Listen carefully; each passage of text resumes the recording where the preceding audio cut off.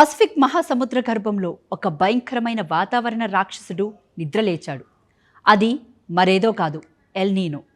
సైంటిస్టులు ముందే హెచ్చరించినట్లుగానే పసిఫిక్ సముద్రం అసాధారణంగా వేడెక్కిపోతుంది. ఇది ఊహించని దానికంటే వేగంగా బలపడుతుంది. మరి ఇది ప్రపంచ వాతావరణ వ్యవస్థనే తలకిందులు చేయబోతుందా? భూగ్రహంపై ఉష్ణోగ్రతలు ఆల్ టైమ్ రికార్డులో పెరగబోతున్నాయా?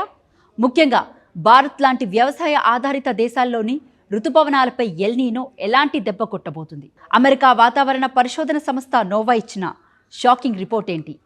అమెరికాకు చెందిన national ocean and atmospheric administration NOAA తన రిపోర్ట్లో సంచలన విషయాలను బయటపెట్టింది. పసిఫిక్ మహాసముద్రంలోని సర్ఫేస్ టెంపరేచర్స్ సాధారణ స్థాయి కంటే 2 డిగ్రీల సెల్సియస్ అదనంగా నమోదవుతున్నట్లు సైంటిస్టులు గుర్తించారు. వినడానికి 2 డిగ్రీలు చాలా చిన్నగా అనిపించవచ్చు, కానీ వాతావరణ వ్యవస్థలో ఇది ఒక మహా విపత్తుకు సంకేతం. ఈ ఉష్ణోగ్రతల పెరుగుదల సముద్ర ఉపరితలానికి మాత్రమే పరిమితం కాలేదు.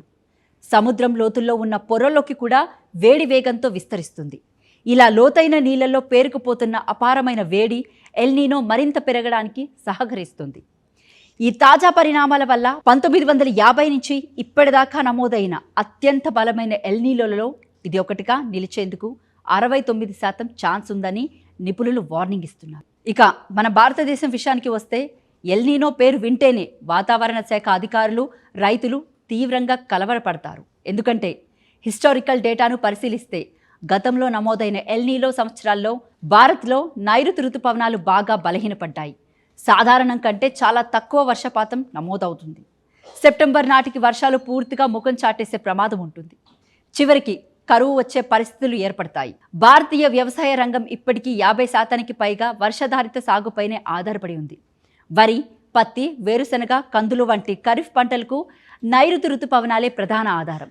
ఎల్ నీనో ప్రభావంతో వర్షపాతం తగ్గితే జలాశయాల్లో నీటి మట్టాలు పడిపోతాయి. ఇది కేవలం వ్యవసాయ రంగాన్ని దెబ్బతీయడమే కాదు, ఆహార ధాన్యాల ఉత్పత్తి తగ్గిపోవడం వల్ల ఫుడ్ ఇన్ఫ్లేషన్ విపరీతంగా పెరిగే ప్రమాదం ఉంది. గతంలో 2002, 2009, 2015 ఎల్ నీనో సమయాల్లో భారత్లోని పలు రాష్ట్రాల్లో తీవ్ర కరువు పరిస్థితులు తలెత్తాయి.